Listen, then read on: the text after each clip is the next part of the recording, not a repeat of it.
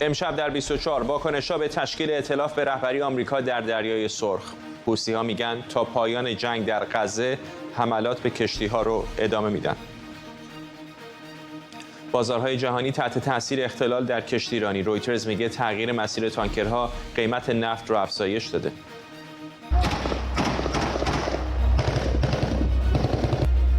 همزمان با اعلام آمادگی اسرائیل برای یک آتشبس موقت دیگه و از سرگیری حملات راکتی حماس، رویترز میگه شمار کشته‌ها در نوار غزه به حدود 20,000 نفر رسیده.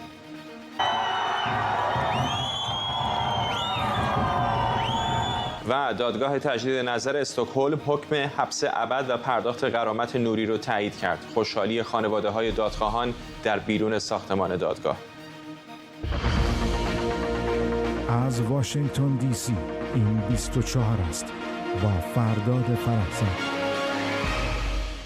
بینندگان ایران اینترنشنال در ایران و سراسر جهان سلام و وقت بخیر. با افزایش حملات حوثی‌های یمن به کشتی‌ها در دریای سرخ، وزیر دفاع آمریکا سه‌شنبه از راه‌اندازی گروه ضربت متشکل از نیروهای 10 کشور برای محافظت از تجارت در دریای سرخ خبر داد. در واکنش، سخنگوی گروه حوثی‌ها در شبکه اجتماعی اکس نوشته این گروه به عملیاتش علیه اسرائیل ادامه میده و همه کشتی‌ها بجز کشتی‌های اسرائیلی یا کشتی‌های راهی بنادر اسرائیل از حملات این گروه در امانند. بریتانیا، بحرین، کانادا، فرانسه، ایتالیا، هلند، نروژ، سیشل و اسپانیا اعضای ائتلاف دریایی اند. وزیر دفاع آمریکا گفته حملات حوثی‌ها مشکل جدی بین‌المللیه و پاسخ بین‌المللی قاطع می‌طلبه.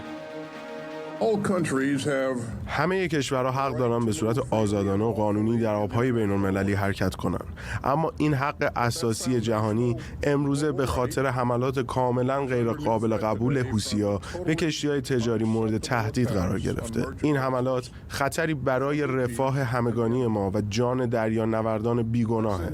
حملات بی‌پروای حوثی‌ها یک مشکل بین‌المللی جدیده و پاسخ قاطع بین‌المللی می‌طلبه.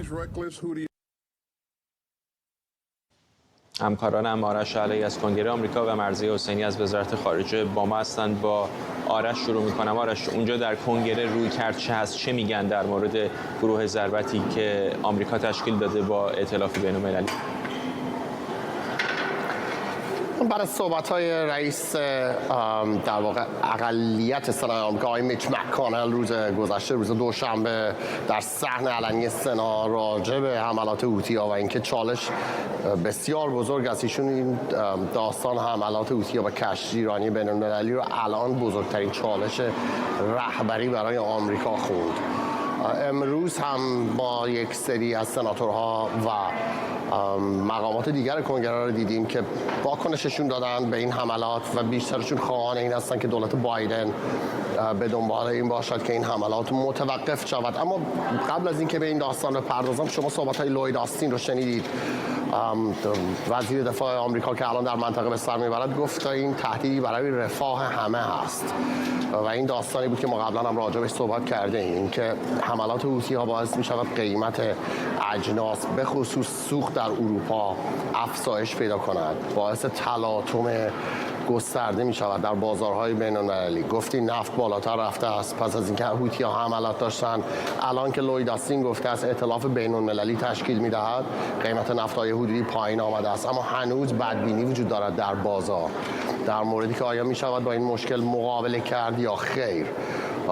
و بعد هم در مورد این ائتلافی که شما میگویید، کشورهایی که شما اسم بردید، بعضی از اینها فقط یکی دو تا افسر فرستادن فرداد فعلا. یعنی شما نیروی دریایی واقعی بیشترش آمریکاست، مثل اینکه به نظر میاد بریتانیا یکی دو تا ناو جنگی فرستاده است و فرانسه و همین کشورهای دیگه مثل اسپانیا، ایتالیا، اینا چند تا افسر فرستادن فعلا. اما این کشورهایی که شما اسم بردید بیشترین نفت رو میبرن از امنیت دریایی در دریای سرخ. غیر از اون هم من امروز با سناتور دموکرات مایکل بنت از ایالت کلرادو صحبت کردم. آقای مایکل بنت جزو اون دموکرات های میانه رویی است که خواهان نوعی توافق با جمهوری اسلامی بر سر برنامه اتمی بوده و هست. اما امروز از ایشون پرسیدم در مورد حملات حوثی‌ها به کشتیرانی بین‌المللی و سناتور مایکل بنت در پاسخ به من چنین گفت: این ایرانی که داره از یه شرایط بسیار بسیار دشوار استفاده میکنه. این موضوع تعجب آور نیست و فکر میکنم خوبه که وزیر دفاع به منطقه رفته تا بتونه ائتلافی رو برای مقابله با اونها تشکیل بده تا حمل و نقل دریایی بتونه بدون مزاحمت حوثی‌ها و بدون پیامدهای اقتصادی جدی در صورت بسته شدن مسیرهای کشتیرانی از طریق دریای سرخ ادامه پیدا کنه. همونطور که گفتم مرضی حسینی همکار دیگرم هم از وزارت خارجه آمریکا به ما پیوسته. مرضی اونجا دیدم در وزارت خارجه متیو میلر کمی پیشتر صحبت کرد در مورد وضعیت در دریای سرخ. چه میگن مقامات وزارت خارجه؟ اینجا در وزارت خارجه آمریکا فرداد همطوری اشاره کردید، چه در بیانیه‌ای که دیروز شخص آنتونی بلینکن منتشر کرد و چه در کنفرانس مطبوعاتی که دقایق پیشتر متیو میلر داشت، هر دو این اقدامات حوثی‌ها رو به شدت تخریب و محکوم کردن و نقطه تمرکز صحبت‌های خودشون رو بر در واقع پیمان مشترک دفاعی که آمریکا به همراه 10 کشور دیگه انجام داده برای تأمین امنیت در منطقه تاکید کردن. اما فراتر از تنها بیانیه و محکوم کردن این اقدام، این آنتونی بلینکن وزیر امور خارجه آمریکا اقداماتی رو هم در دست گرفته. روز گذشته طبق بیانیه‌ای که اینجا منتشر شد، آنتونی بلینکن شخصا با وزیر خارجه عربستان سعودی گفتگوی تلفنی کرده. همونطور که آرش اشاره کرد، از این 10 کشور حداقل برخی از اونها تعدادی سرباز فرستادن، اما مسئله اینجاست عربستان سعودی و امارات متحده عربی با اینکه در منطقه هستن و تا بخش بسیار زیادی متأثر خواهند بود از این روند و از این اقدامات حوثی‌ها، تا به حال هیچ اقدامی انجام ندادن و حتی در این پیمان مشترک هم حضور ندارن. و به نظر میرسه این اقدامی که آنتونی بلینکن روز گذشته داشته در راستای تلاش برای قناعت دادن عربستان برای پیوستن به این اتحادیه است. در این اتحادیه به طور مشخص اونچه که به اون رو نگهبان رفاه تلقی کردن مقامات دولت امریکا، قرار هست این 10 کشور که بریتانیا، بحرین، کانادا، فرانسه، ایتالیا، نروژ، هلند و اسپانیا هستند، به طور مشترک در واقع عملیاتی که خواهند داشت منطقه رو تلاش کنند در بخشی از دریای سرخ امنیت رو به وجود بیارن. امنیت در منطقه‌ای که گفته میشه بیش از 12% تجارت بین‌المللی به اون متکی هست و در طول 2 ماه گذشته که آنچه که دولت آمریکا اعلام کرده، بیش از 100 حمله توسط حوثی‌ها به کشتی‌هایی که در این منطقه تردد می‌کردن صورت گرفته. 10 کشتی مورد اصابت قرار گرفته، گفته شده 35 کشتی به نوعی متأثر شدن. در ادامه فرداد بریم اظهارات متیو میلر رو در خصوص همین پیمان مشترک همکاری دفاعی بشنویم. حملات مداوم حوثی‌ها به کشتیرانی تجاری در دریای سرخ جریان تجارت آزاد در آبراهای حیاتی منطقه را تهدید می‌کند. جان کارگران بیگناه کشتی‌ها را به خطر می‌اندازد. این توهین آشکار به قوانین بین‌المللی است و به وضوح رفاه جهانی را تهدید می‌کند. دیروز وزارت دفاع عملیات نگهبانی از رفاه را اعلام کرد. یک ابتکار چند ملیتی با تمرکز بر امنیت در دریای سرخ در مواجهه با این تهدید. علاوه بر امریکا، جوزف بورل به نمایندگی از اتحادیه اروپا، سازمان ملل متحد، برکل ناتو و 44 همکار دیگر ما به زودی بیانیه‌ای را در محکومیت حمله مداوم و متعدد حوثی‌ها به کشتی‌های تجاری منتشر می‌کنند. ما یک بار دیگر خواستار آزادی فوری و به قید و شرط خدمه کشتی ربوده شده هستیم.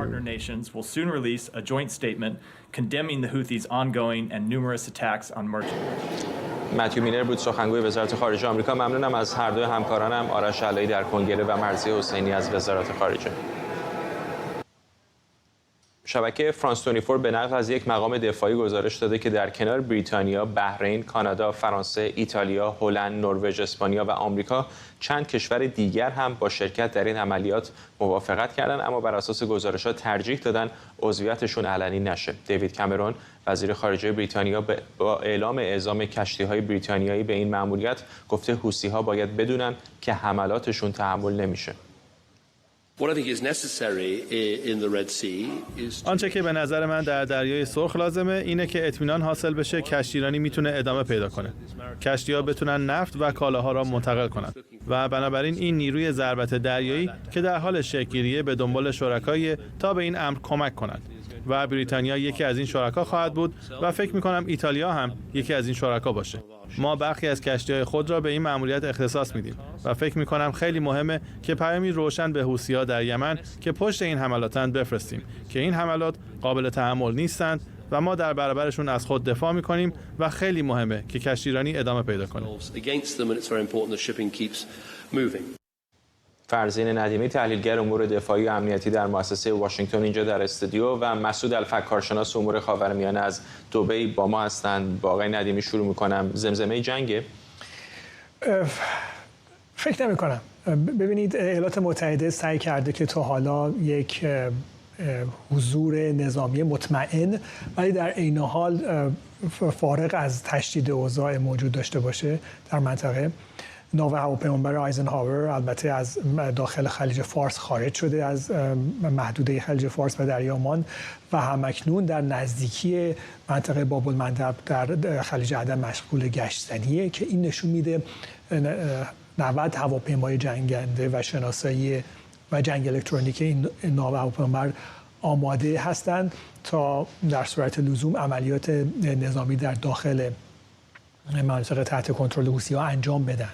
ولی اینکه آیا واقعا این عملیات انجام خواهد شد یا خیر، باید ببینیم که در آینده، در روزهای آینده چه تغییراتی در شرایط به وجود میاد. آیا حوثی‌ها همچنان به حملاتشون ادامه میدن یا این حملات رو تشدید میکنن یا خیر، یا اینکه ما یه چیزی شبیه اوضاع عراق شاهد باشیم، یعنی اینکه ایالات متحده سعی بکنه که خودداری نشون بده، خویشتن‌داری نشون بده، ولی هر از گاهی یک بمباران محدود در داخل یمن انجام بده. به هر حال مسئله اینجاست که از تشدید شدن اوضاع آمریکا میخواد جلوگیری بکنه.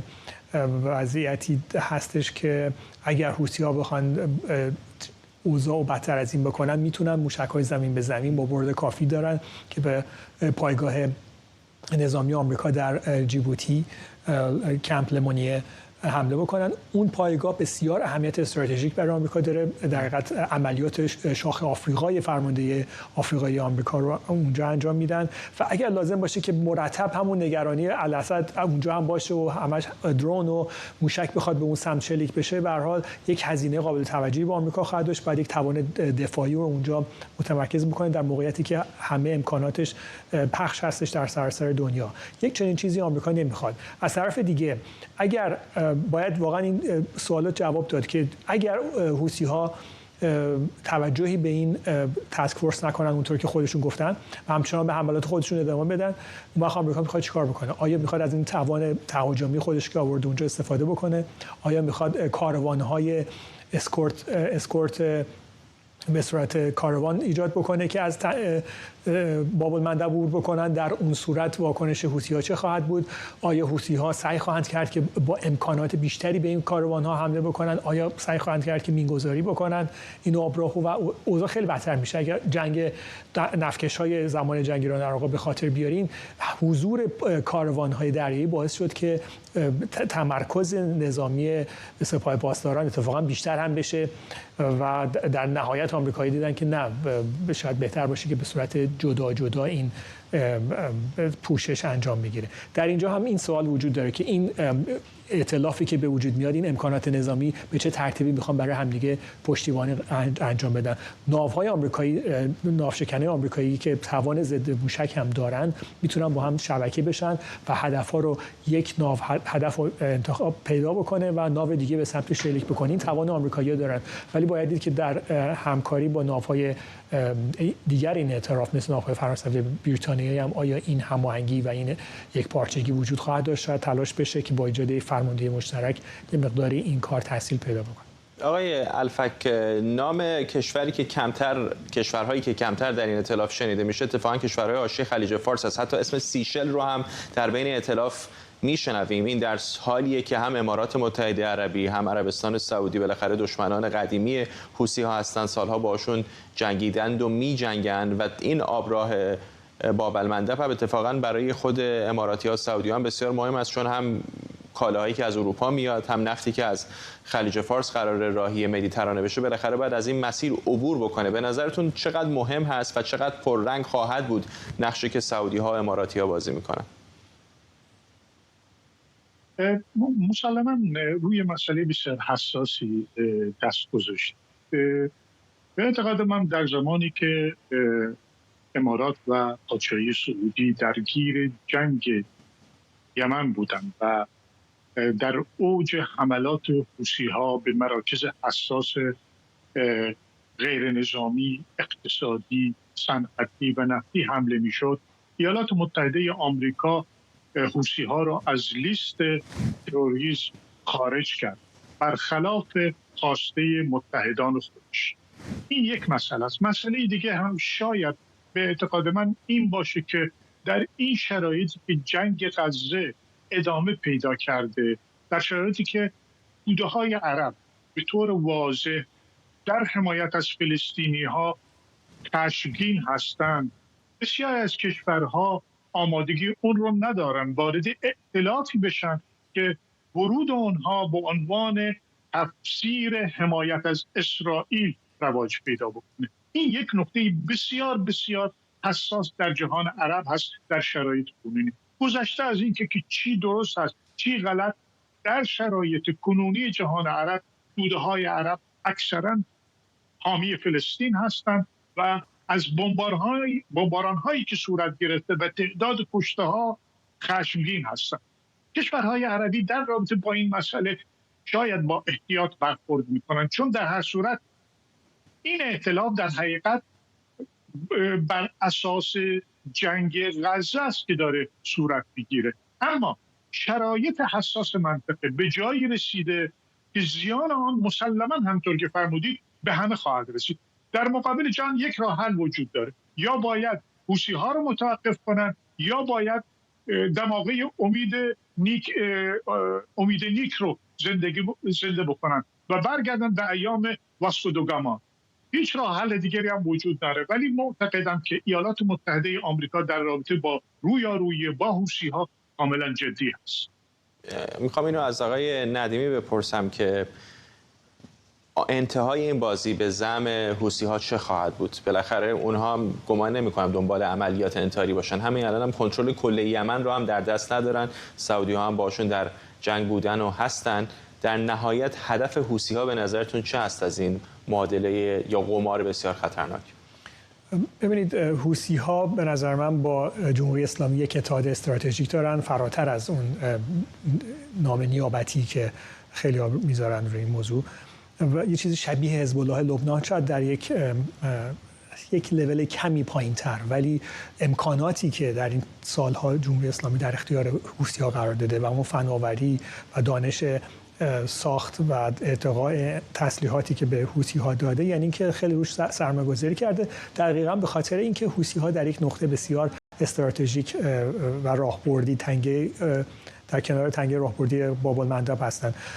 خب من فکر نمی‌کنم حوثی‌ها از این امکاناتی که با این زحمت جمهوری اسلامی بهشون داده به صورت خیلی یک جانبه استفاده بکنن بدون هماهنگی با ایران، بدون هماهنگی نزدیک با ایران. اگر خاطرتون باشه بعد از جنگ می سال 2021 آخرین درگیری حماس و اسرائیل، شیخ حسن نصرالله در یک سخنرانی گفتش که ما دنبال این هستیم که اتحاد بین جبهه‌های مقاومت ایجاد بکنیم و داریم روی این موضوع خیلی جدی کار میکنیم. اولین گروهی هم که به ما جواب مثبت داده حوثی‌های یمن هستن.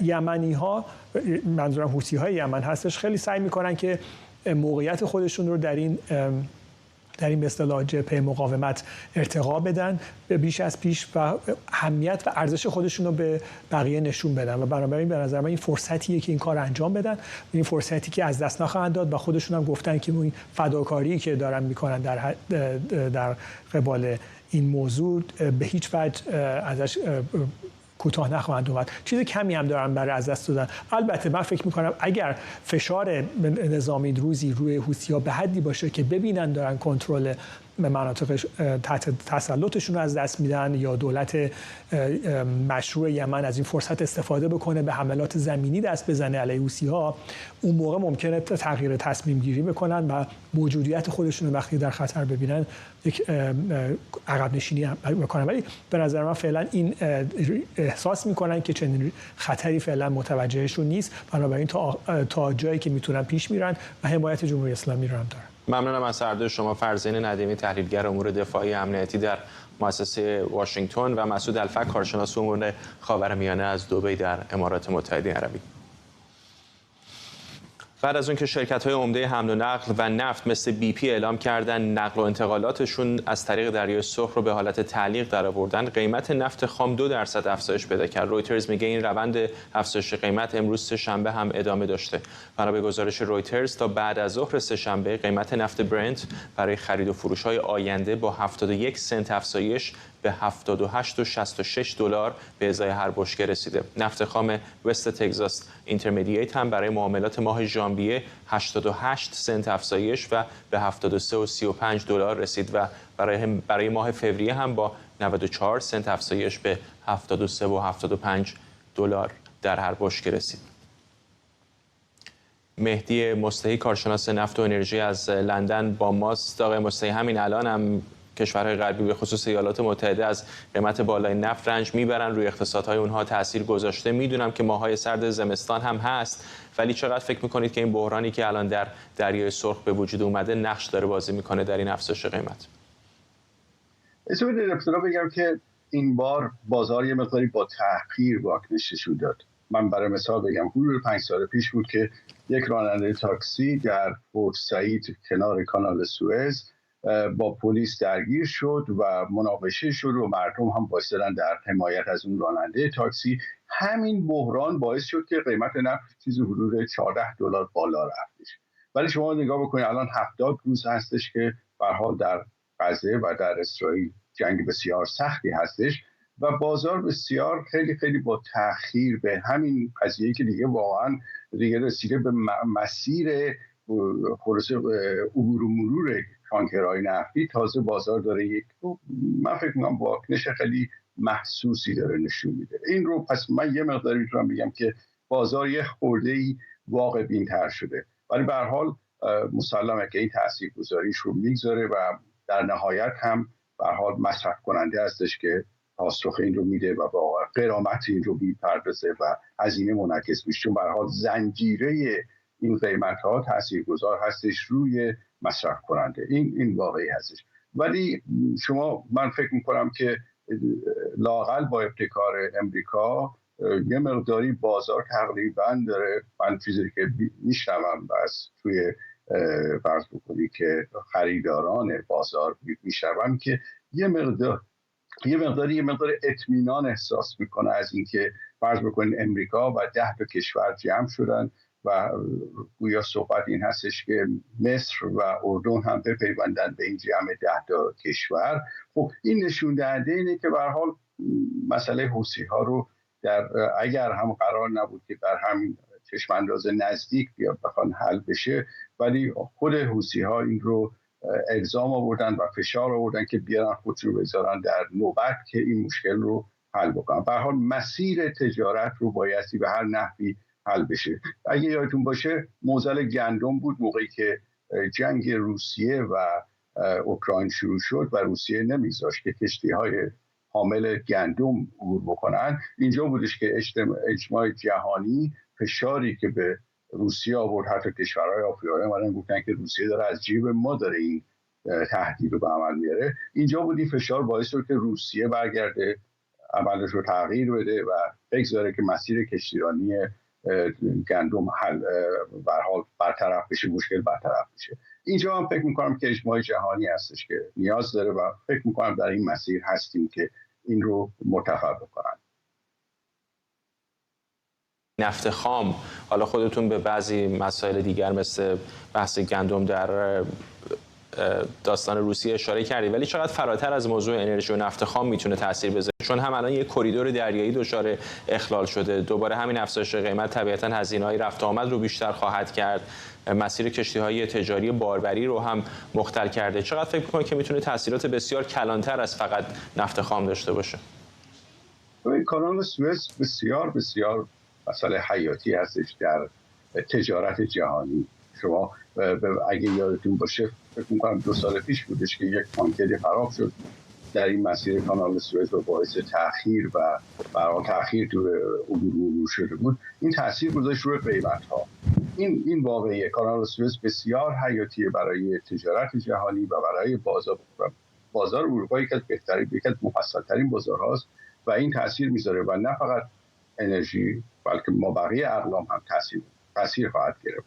ولی شما تو همینجا نگاه کنید که ببینید که نفت برنت یا نفت خاورمیانه هستش که میخواد بیاد به بازار مدیترانه برسه، این باعث شده که این تأخیر بذاره. ولی وست تگزاس که اساسا نه مشتریش توی مدیترانه است و نه اینکه اصلا کاری به اون طرف داره، ولی اون هم تاثیر گرفته. این به هر حال نشون میده که بازار در هر جایی خدشه وارد بشه و موزل ایجاد بشه، خودش انعکاس میده به تمامی بازار. این بحث شدن کلیت بازار هستش.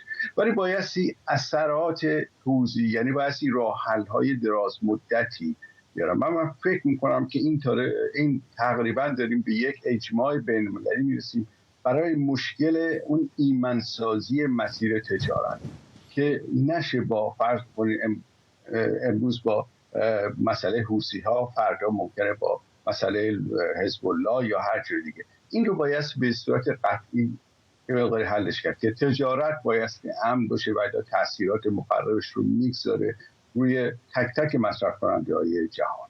ممنونم از شما. مهدی مصلحی، کارشناس نفت و انرژی از لندن. اسحاق هرتزوگ، رئیس جمهوری اسرائیل، میگه این کشور برای ورود به یک آتشبس دیگه با میانجیگری خارجی و با هدف تبادل گروگان‌های حماس و ارسال کمک‌های بیشتر به غزه آمادگی داره. اما در همین حال باسم نعیم از مقامات ارشد حماس با هر گونه مذاکره برای تبادل گروگان‌ها در طول جنگ مخالفت کرده و گفته این گروه برای ابتکاری که منجر به پایان جنگ بشه آماده است. اداره بهداشت غزه زیر نظر حماس اعلام کرده که از ابتدای جنگ تا به حال 19667 نفر در نوار غزه کشته شده و بیش از 52000 نفر مجروح شدند. به گزارش رویترز بیش از 2,300,000 نفر در نوار غزه بی‌خانمان شدند و با مشکلات جدی غذا، آب، مراقبت‌های پزشکی، سوخت و سرپناه دست و پنجه نرم می‌کنند. رئیس صلیب سرخ جنگ غزه رو یک شکست اخلاقی در جهان خونده و از طرفین خواسته هر چه سریعتر به یک توافق جدید در مورد آتشبس برسند. هیچ تغییری بدون توافق طرفین رخ نمیده.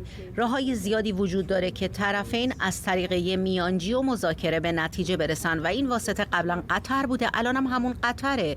اسرائیل و حماس باید در مورد مراحل رسیدن به این آتشبس، محل نگهداری و امکان دسترسی به گروگان‌ها به توافق برسن. ما به تضمین‌های امنیتی واقعی نیاز داریم. اتفاقات هفته گذشته نشون داد که نه تنها راه تأمین امنیت کارکنان صلیب سرخ، بلکه امنیت گروگان‌ها و غیر نظامی‌ها دست یافتن به چنین تضمین قطعیه. راه میانبری نیست، این تنها راهه. جزئیات بیشتر از همکارم بابک اسحاقی در تل‌آویو. امروز پس از شاید 3 روز فرداد یک بار دیگه آژیر خطر در مرکز اسرائیل به صدا در اومد، با اینکه بین 3 یا 4 راکت به سوی مرکز اسرائیل پرتاب شد، اما این نشان از این هستش که هنوز حماس توانایی پرتاب موشک به مرکز اسرائیل را داره. البته این موشک‌ها از جنوب نوار غزه و جایی که هنوز ارتش اسرائیل وارد اونها نشده پرتاب میشه، اما در کل باید گفت که توانایی‌های حماس در پرتاب موشک بسیار کاهش یافته و اگر در روزهای اول جنگ حدود صدها موشک هر روزه به سوی اسرائیل پرتاب میشد، امروز از چند ده راکت تجاوز نمیکنه جهاد اسلامی که اصلا نمیتونه دیگه راکتی به سوی اسرائیل پرتاب بکنه. اما در میدان جنگ در نوار غزه همچنان جنگ در شمال و جنوب نوار غزه ادامه داره. با آنکه ارتش اسرائیل کاملا شمال غزه را میگوید که در دست داره، اما هنوز افرادی از حماس هستند که گهگاهی از تونل ها و از ساختمان ها بیرون میان و به سوی ارتش اسرائیل آتش میگشایند. در یکی از این درگیری ها امروز یک سرباز ذخیره ارتش اسرائیل هم کشته شد. در محله خان یونس هم همچنان جنگ ادامه داره و اسرائیل میگوید که به پیشرفت خودش در این منطقه ادامه میده. اما در شمال اسرائیل همچنان جنگ به صورت محدود ادامه داره و امروز هم موشک‌هایی به سوی اسرائیل شلیک شد و اسرائیل هم در پاسخ محله‌هایی در جنوب لبنان را بمباران کرد. امروز باراک راوید خبرنگار ارشد اکسیوس میگوید که در دیدار لوید اوستین با مقامات اسرائیلی اونها به وزیر دفاع ایالات متحده گفتند که اگر تا چند هفته دیگه حزب الله لبنان به 10 کیلومتری مرز با اسرائیل عقب نشینی نکنه بدون شک ارتش اسرائیل وارد حمله زمینی خواهد شد. لوید اوستین در پاسخ از اسرائیل وقت خواسته تا بتونه که مذاکرات دیپلماتیک برای تحقق این مسئله را به پیش ببره، اما اسرائیلی ها گفتن که نمیتوانند بیش از این صدها هزار نفر از شهروندان اسرائیلی که از خانه هاشون از مرز با لبنان بیرون اومدن را در هتل ها و در جاهای دیگر نگه داره و اونها باید که به خانه های خودشون بازگردن. در کنار اون امروز یکی از رؤسای بیمارستان های غزه جلوی دوربین تلویزیون اسرائیل اومد و گفت که بیمارستان کمال عدنان در شمال نوار غزه در حقیقت پایگاه حماس بوده و او جزئی از حماس بوده و بسیاری از پزشکان و کادر درمانی این بیمارستان هم جزئی از اعضای حماس بودند و در همین بیمارستان دفاتری برای یحیی سنوار و دیگر رهبران حماس هم وجود داشته. مذاکرات در سازمان ملل بر روی پیشنویس قطعنامه شورای امنیت برای توقف درگیری‌ها در نوار غزه همچنان ادامه دارد. تصویب قطعنامه نیازمند رأی مثبت آمریکا یا دست کم رأی ممتنع این کشوره. مریم رحمتی همکارم از مقر سازمان ملل با ماست. چقدر پیشرفت حاصل شده مریم و گمان میره که به کجا برسه این پیشنویس؟ نصیبه نماینده دائم امارات متحده عربی میگه این هستش که مذاکرات نتیجه خوبی داشته ولی هنوز اون نتیجه مورد نظر حاصل نشده. دقایقی قبل رابرت وود نماینده امریکا هم اینجا یک کنفرانس خبری داشت و خبرنگاران در مورد اینکه این مذاکرات چه پیشرفت‌هایی داشته و آیا این رأیگیری امروز صورت خواهد گرفت یا نه گفت که در حال مذاکره هست ایالات متحده آمریکا و هنوز دقیقاً مشخص نیست که رأی آمریکا در این درباره این پیشنویس قطعنامه چه خواهد بود. فردا بیشتر از 2 روزه که این مذاکرات ادامه داره، بیشتر از 4 بار تا حالا موکول شده و به تعویق افتاده این رأیگیری به ساعات مختلف و روزهای مختلف و هنوز دقیقاً مشخص نیست که مشکل دقیقاً بر سر چیست. یکی از مواردی که به نظر میرسه ایالات متحده آمریکا باهاش مشکل داره موضوع حملات 7 اکتبر هست که ایالات متحده آمریکا خواستار محکوم کردن این حملات هستش و موضوع دیگر هم نظارت بر مکانیزم رفع منازعه و راه حل 2 کشوری هست که باید ایالات متحده آمریکا در موردش موافقت بکنه تا بتونه این قطعنامه تصویب بشه. اما فردا نقطه مهم در مورد پیشنویس قطعنامه‌ای که امروز احتمالاً به رأی گذاشته میشه این هستش که اگر ایالات متحده آمریکا به این قطعنامه رأی مثبت بده و یا هم رأی ممتنع و این قطعنامه تصویب بشه این پیام بسیار مهمی برای اسرائیل خواهد داشت، مخصوصاً از سوی متحد اصلیش که عضو دائم شورای امنیت هست، مخصوصاً در مورد وضعیت بشری که در نوار غزه در جریان حالا میتونه خیلی پیام مهم و قوی رو داشته باشه. به هر حال باید منتظر بمونیم و ببینیم که تا 1 ساعت دیگر این رأیگیری انجام خواهد شد و یا اینکه این قطعنامه به تصویب میرسه یا خیر. ممنونم از تو مریم رحمتی، خبرنگار ما از مقر سازمان ملل متحد در نیویورک. دادگاه تجدید نظر در سوئد به ریاست رابرت گرین درخواست تجدید نظر حمید نوری رو رد کرده و حکم حبس ابد او رو مجددا تایید کرد. او به مشارکت در کشتار زندانیان سیاسی در سال 67 متهم شده و به حبس ابد محکومه.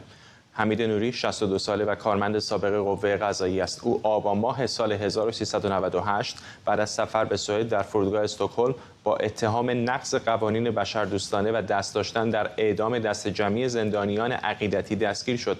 پرونده اتهامی او در بیش از 100 جلسه دادگاه و با حضور شاکر متعددی همچون جان به در بردگان دهه 60 و خانواده‌های دادخواه رسیدگی شد و سرانجام در تیر ماه پارسال به حبس ابد محکوم شد. نوری به این حکم اعتراض کرده بود. همکارم مهران عباسیان از مقابل ساختمان دادگاه ما رو در جریان جزئیات رأی صادر شده قرار میده.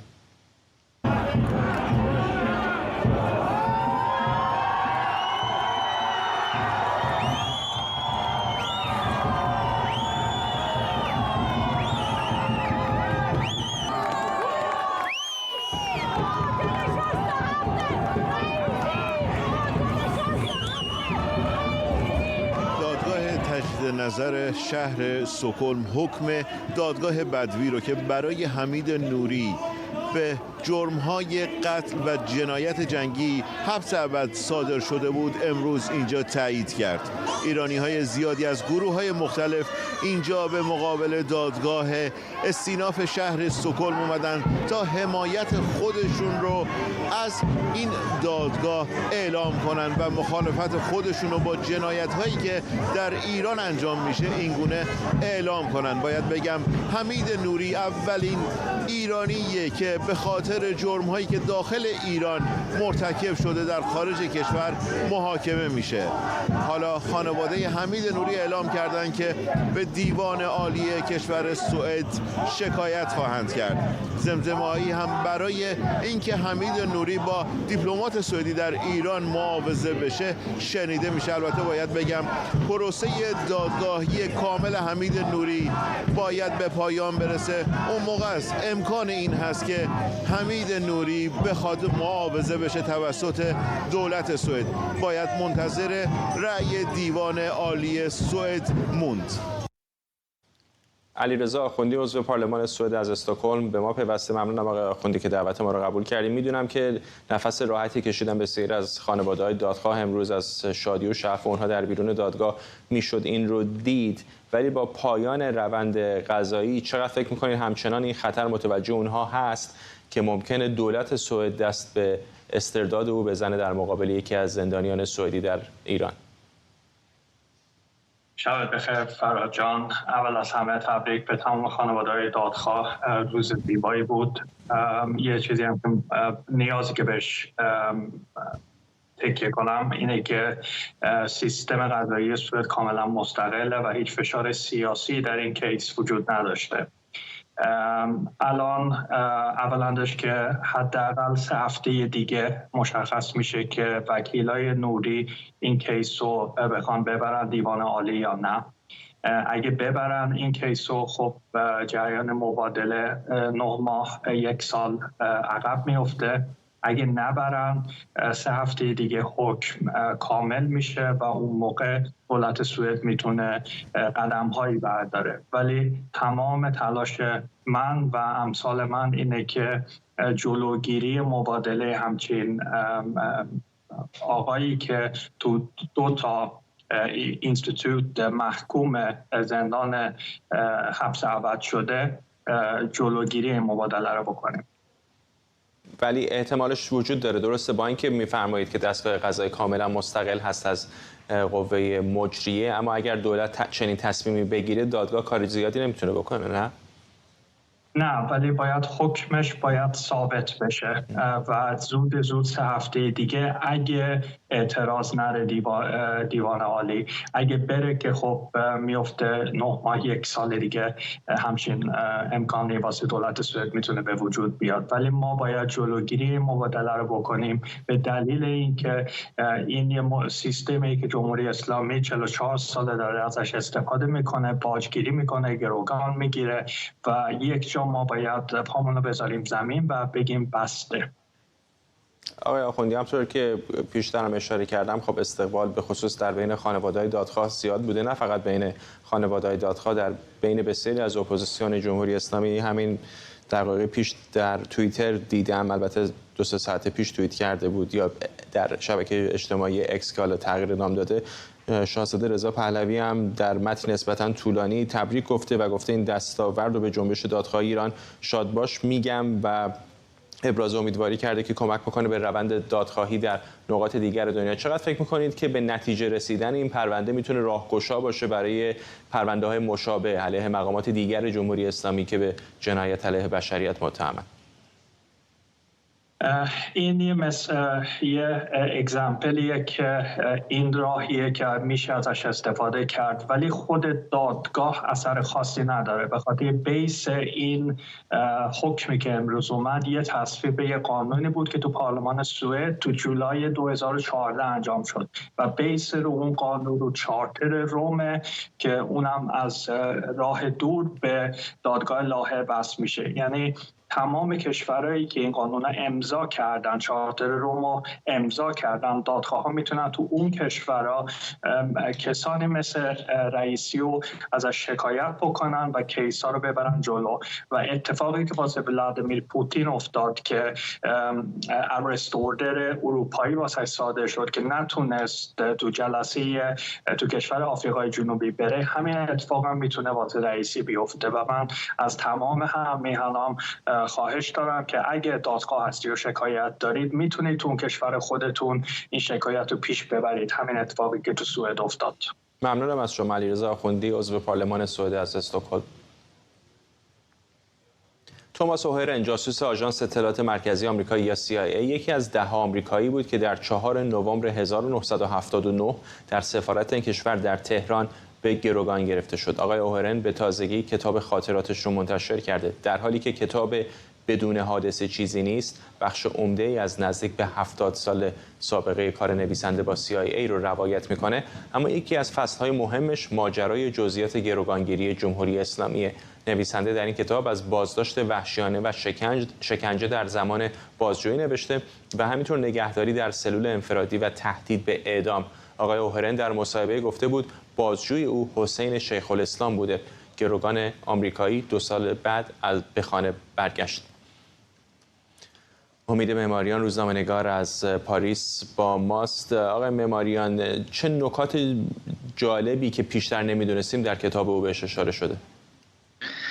به نظرم مهمترین مسئله که وجود داره این هستش که هر باری که موضوع گروگانگیری مطرح میشه، کتابی منتشر میشه، یکی از گروگانها به هر حال میاد مواردی از اون دوران تعریف میکنه، باز جامعه آمریکا با اون مسئله‌ای که 444 روز روان جمعی یک جامعه رو به هر حال آزرده بود و در واقع یک نوع احساس عمومی رو نسبت به ایران شکل میداد، به جمهوری اسلامی شکل میداد و اینها اونو دوباره زنده میکنه. در این کتاب به نظر من نکاتی وجود داره که به هر حال یادآور این هستش که جمهوری اسلامی از ابتدای خودش با یک سری کارهایی عجین شده بود که داره تکرارش میکنه. مثلا برای همین دیپلماتایی که گرفته بودنشون گروگان‌های سفارت، از با اینکه با مثلا با شلنگ بهشون شلاق می‌زدن یا مثلا برای ازشون می‌خواستن که اعدام یه جوری می‌خواستن مثلا اعدامشون بکنن، وانمود میگم اعدامشون بکنن، می‌ترسوندنشون و از این اقدامایی که به هر حال ما می‌بینیم که در طی سال‌های گذشته بارها تکرار شده و همین اخیراً هم از این اقدام‌های تقلبی رو در واقع دیدیم که در طی سال گذشته استفاده کردن. بنابراین می‌خوام بگم که موضوعی که وجود داره اینجا این هستش که جمهوری اسلامی این کاری که از ابتدا کرد و هزینه‌شو هنوز بعد از 40 خورده سال داره میده، باز ما برمیگردیم نگاه می‌کنیم می‌بینیم که کسانی که پایه‌گذار انقلاب جمهوری اسلامی بودن، کسانی که جزو انقلابیون بودن، از چه درجه از وحشیگری و ناآشنایی با قواعد بین‌المللی به هر حال چقدر درجهش چقدر بالا بوده و چقدر ناراحت کننده است که بسیار از کسانی که در اون گروگانگیری نقش داشتن اینها بعداً شدن جزو مسئولان جمهوری اسلامی. در بخشی از همین کتابش اشاره میکنه که در مقدمه هم گفتم که حسین شیخ الاسلام که در اون زمان از او بازجویی کرده بود ازش خواسته که نام بعضی افراد رو زیر شکنجه برملا بکنه، از جمله بعضی از گروه‌های قومی ایرانی رو. و جالب هستش که آقای شیخ الاسلام میره و معاون وزارت خارجه جمهوری اسلامی هم میشه. همین 2020 بود اگر اشتباه نکنم که در نتیجه کووید جانش رو از دست داد. الان میبینیم مثلا در سوئد پرونده حمید نوری رو. چقدر اسناد این چنینی، گفته های این چنینی نشون میده به ما که چقدر مقامات جمهوری اسلامی از جمله اونایی که همین الان هم میتونن فعال باشن در جاهای مثل وزارت خارجه جمهوری اسلامی نقش داشتن در اقدامات این چنینی از جمله شکنجه؟ به نظرم خیلی مهم هست، چون تسخیر سفارتخونه یک کشور، یعنی سفارتخونه خاک یک کشور محسوب میشه و همینطور که عرض کردم در ایالات متحده هنوز خاطره بسیاری از مردم با ایران و جمهوری اسلامی گره خورده به مسئله گروگانگیری و هنوز براشون قابل هضم هست. 444 روز هر شب روی تلویزیوناشون مردم میدیدن این روز شمار حضور گروگانان در ایران و اصلا براشون قابل باور بوده که یک کشوری، حکومتی بیاد و دیپلمات‌های اونها رو گروگان بگیره برای این مدت و از این جهت به نظر من خب مسئله خیلی مهمی است که این مسئله دوباره مطرح بشه و این مسئله مطرح بشه که بسیاری از مقامات جمهوری اسلامی که الان ما با کچلوان می‌بینیمشون در اجلاس‌های مختلف شرکت می‌کنن، به جلسات مختلف میرن، در وزارت خارجه جمهوری اسلامی، در وزارتخونه‌های دیگه نقش دارن، نقش آفرین هستن تا مقامات عالی رتبه این نظام رو اشغال کردن. اینا افرادی هستن که شنیع‌ترین رفتار رو در ابتدای انقلاب با گروگان‌های خودشون کردن، با آمریکایی کردن و با بقیه مردم ایران کردن و این افراد در طول مدت این چند دهه در واقع به جای اینکه مجازات بشن یا یک سیستمی برای پاسخی وجود داشته باشه، در داخل خودشون مثل یک گانگ، یک به قول معروف باند مواد مخدر، یک گروه گانگستری، کسانی که امتثال به امر کردن، در کارهای خلافکارانه رژیم دست داشتن، اینا نه تنها مجازات نشدن بلکه ترفیع گرفتن، مقام گرفتن، پست گرفتن، سفیر شدن جای مختلف و در واقع دست جامعه جهانی از این کنار پاسخگو نگه داره کوتاه مونده.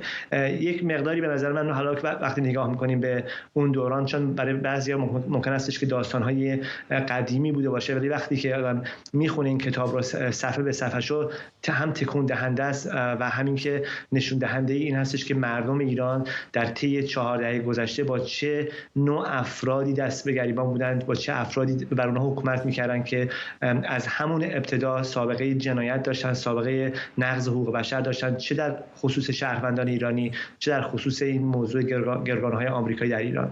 ممنونم از شما. امید معماریان، روزنامه‌نگار از پاریس با ما. یک ارزیابی اطلاعاتی محرمانه نشون میده کشورهای چین، روسیه، ایران و کوبا تلاش کردند در انتخابات کنگره آمریکا در سال 2022 دخالت کنند. ارزیابی گفته تلاش این کشورها برای دخالت در انتخابات میان دوره‌ای سال 2022 آمریکا نسبت به سال 2018 شدت گرفته. طبق این گزارش چین با تمرکز بر تشدید شکاف‌های سیاسی و اجتماعی تلاش کرده اختلافات سیاسی در آمریکا در مورد مسائل اجتماعی مثل سقط جنین و مالکیت سلاح رو برجسته کنه. روسیه به دنبال تضعیف حزب دموکرات و تضعیف اعتماد به انتخابات بوده. این گزارش گفته تهران هم به دنبال سوء استفاده از شکاف‌های اجتماعی و تضعیف اعتماد به نهادهای دموکراتیک آمریکایی بوده. آرش غفوری، تحلیلگر سیاسی، اینجا در استودیو همراه ماست. چقدر گریزناپذیر هست در این شرایطی که شبکه‌های اجتماعی اینقدر تنیده هستند در همدیگر که دولت‌های متخاصم تلاش نکنن برای نفوذ در انتخابات‌ها؟ این کارو میکنن، به خصوص از 2016 که مشخص شد میشه، یعنی اصلا بهتره بگم از 2012 مشخص بود شبکه‌های اجتماعی میتونن نقش خیلی زیادی داشته باشن با کاری که کمپین باراک اوباما انجام داد. 2016 کشورهای خارجی، اون موقع روسیه، دخالت در انتخابات سعی کردن داشته باشن، هرچند هیچ گزارشی ما نداریم که دخالت روسیه با تمام اون حرفایی که زده میشد باعث شده که به قول معروف یک تأثیر معنیداری در نتیجه انتخابات به ضرر کاندیدای دموکرات به نفع کاندیدای جمهوری خواه داشته باشه. تلاش کردن اما که نتیجه انتخابات رو تغییر بدن نه، همچین چیزی نبوده. این کاری هم که خب بعد از اون ما داریم دیگه، ما هم در مورد روسیه به خصوص داریم، در مورد چین به طور مشخص داریم، در مورد ایران و کوبا که بیشتر خیلی سطحشون پایین، سطح خیلی پایینه، تقریبا شوخیه نقش اونها در دخالت در انتخابات. اما روسیه و چین به طور مشخص خیلی تلاش میکنن. چین توی ایالات متحده همیشه یک مسئله داخلی بوده، به خصوص اگه بخوایم بگیم از سالهای 1990 دهه 90 به بعد از اون پیمان نفتا و کمپین کلینتون و کمپین راس پرو بعد از زمان 1992 و مثلا این بوده که به خصوص در ایالت‌های صنعتی تو ایالات متحده حرف اینه که مثل میشیگان، مثلا ویسکانسین، تا حدی مینسوتا، اوهایو، که اون شغلی رو که ما داریم، این شغل به خاطر نیروی کار ارزون رفته توی چین. کمپانی آمریکایی رفته توی چین. چرا این اتفاق افتاده؟ به خاطر جهانی سازی. کیا طرفدار جهانی سازی هستن؟ استابلیشمنت حزب جمهوری خواه و دموکرات ها طرفدار جهانی سازی هستن که قیمت میاره پایین. خب قیمت پایین رو میدن تو چین تولید میکنن و این باعث میشه که ما نیروی کار آمریکایی بیکار بشه، نیروی چینی کار داشته باشه. به خاطر این شما وقتی مثلا توی کمپین‌های انتخاباتی در سطح حالا محلی، در سطح ایالتی، در سطح کنگره، به خصوص به بیشتر در سطح نمایندگان مجلس می‌بینید، مجلس نمایندگان می‌بینیم که خیلی تبلیغات میشه علیه این موضوع و چین میاد این مسئله اصلی میشه توی تبلیغات انتخاباتی. توی 2014 بود یک تبلیغ خیلی رقابت خانم الیسون گرام که در کنتاکی علیه دموکرات بود، علیه آقای میچ مک‌کانل رقابت میکرد، هم تو انتخابات مقدماتی هم انتخابات نهایی ایالت، که خیلی تمرکز روی خانم آقای میچ مک‌کانل بود. آقای میچ مک‌کانل خانمشون چینی هستن، البته تایوانی بیسشون، ولی خب حالا چینی حساب میشن از منظر حال، هم به خاطر ظاهرشون هم به خاطر این رابطه‌ای که بین تایوان و چین وجود داره و انتقاد میکردن از ایشون که تو که مثلا رئیس حزب جمهوری خواه در مجلس سنا هستی، خانم چینی و خب برای این مسائل جهانی سازی به نفع خانمت هم هست، به نفع مردمی که زمانی خانومت به قول معروف سیتیزن اونها بود هست. این رو نگاه میکنیم. حالا به خاطر این مسئله خیلی چیز عجیبی نیست که چین مسئله تو باشه در انتخابات آمریکا. کاری که اونها میکنن، حالا تو گزارش شما هم بود، چین یه زمانی سعی میکرد بیاد این مسئله که این جواب بده به این مشکل، بگه خب آمریکایی که یا نمایندگان کنگره‌ای در آمریکا که میخوان چین رو به عنوان قدرت اقتصادی بیان اهمیتش رو بیارن پایین، ما برای اینا جواب داشته باشیم. یه سری کمپینا میکردن، 2018 کردن، 2020 کردن. کار بعدیشون هم این بوده که این شکاف بین جمهوری خواه و دموکرات رو در ایالات متحده که شکاف خیلی جدی هم هست، اون چیزی بهش میگن پارتیزانشیپ، یعنی رقابت سیاسی بین دو تا حزب و دو قطبی سازی که وجود داره در آمریکا تشدید بکنن. و زمان رئیس جمهور جدیدشون آقای شی، چینی‌ها کار دیگه هم خیلی تاکید میکنن داشته باشن. اینا میخوان بگن اون دموکراسی آمریکایی، دموکراسی غربی که به عنوان مدل ایدئال حکمرانی در غرب پذیرفته شده، در دنیا پذیرفته شده، مدل مطلوبی نیست. اتفاقا مدل مطلوب ماییم که تونستیم یک کشور بالای 1 میلیارد نفر رو با این همه سطح مشکلاتی از قبل داشته بیاریم بالا، با قدرت دوم اقتصادی جهان بکنیم، در چشم انداز قدرت اقتصادی اول جهان بشه و مدل مطلوب حکمرانی ماییم. این رو هم اومدن توی تبلیغ میکنن توی خودشون. روس‌ها هم که خب بازم تو گزارشتون بود، بیشتر علیه دموکرات‌ها هستن، به خاطر اینکه دموکرات‌ها به هر دلیل از 2016 به بعد خیلی علیه روسیه بودن و بخش‌هایی از جمهوری خواهان که حالا با آقای ترامپ هم نزدیک هستن، بخش‌هایشون که دنبال این هستن که آمریکا اون پول رو، هزینه‌ها رو الکی به تعبیر اونها در جای مختلف خرج نکنه، در داخل خرج بکنه. اونها هم از این موضوع استفاده میکنن. ولی به هر حال این بخش از قدرت نرم دیگه، نه؟ یعنی یه زمانی خب شاید غربی‌ها بیشتر داشتن، همین ایالات متحده آمریکا، از آمریکای جنوبی بگیر تا اروپای شرقی، از طریق همین رادیو اروپای آزاد، صدای آمریکا، سرویس‌های دیگر تلاش میکنن بالاخره نفوذ فرهنگی داشته باشن در کشورهای دیگر. واقعا چقدر حتی اگر بخوان فراتر از اینکه دیوار بکشن و ارتباطات رو قطع بکنن، چقدر اصلا عملی هستش که بخوان جلوی اقدامات این چنینی رو بگیرن؟ یه بخشش اون کاریه که مثلا شرکت متا توی تابستون یا زمستون سال 2020 قبل از انتخابات گزارش منتشر میکنه، میگه یک ساله که رصد میکنه کاری رو که چینی‌ها و روس‌ها دارن انجام میدن برای دخالت در انتخابات 2022. این اکانت‌های جعلی که میاد اون گزارش منتشر میکنه فکر کنم 2 سال پیش و میگه ما اینا رو بستیم. خب یه قسمتش اینه بازی موش و گربه است دیگه. ولی خب بازی تا حدی بازی موش و گربه است. اینم هم داستان جنگ نرمی که شما میگید. یه زمانی آقای کالین پاول گفته بود، وزیر امور خارجه آمریکا، که این دانش آموزان خارجی که میان یا دانشجویانی که میان تو کشور ما بخشی از قدرت نرم سافت پاور آمریکا هستن، چون میان دموکراسی آمریکا رو میبینن، این دموکراسی رو میخوان تو کشور خودشون پیاده کنن. یه زمانی بود که شما مثلا اینکه مثال بزنم 2016 کسی مثل برنی ساندرز، یه چپ